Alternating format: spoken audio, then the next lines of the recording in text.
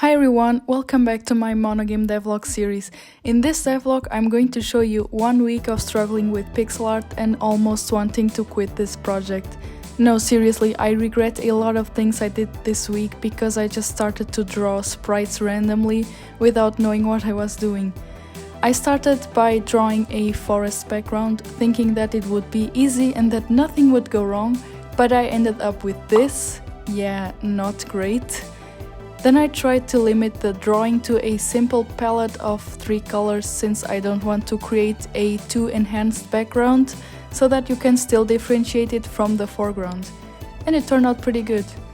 The next step was to create my first tile set, and to be honest, I didn't know that there was so much science behind it. I thought I just had to create a rectangular canvas and start drawing a bunch of squares which I can then use to create a tile map, but no. This just looks awful and not right at all.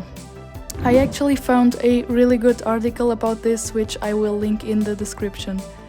To make a tile set, you should first create a center tile which forms the base on which the other tiles will be built.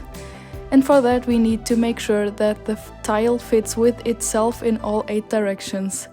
Another important thing is that the tile should make sense when connected. What I mean by this is that the lower pixels of a tile should match the upper pixels so that it creates some sort of consistency, and the same applies to the left and right pixels. There's actually a lot more to this, but you can check out the article if you are interested in learning more. This is what my tile set ended up looking like, and I'm quite happy with it. I know it's not perfect, but I can work with this for now.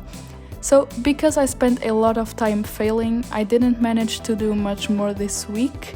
I'm probably going to work on some sort of combat system in the next video. I hope you enjoyed this devlog. If you did, please consider subscribing, and hopefully I will see you very soon.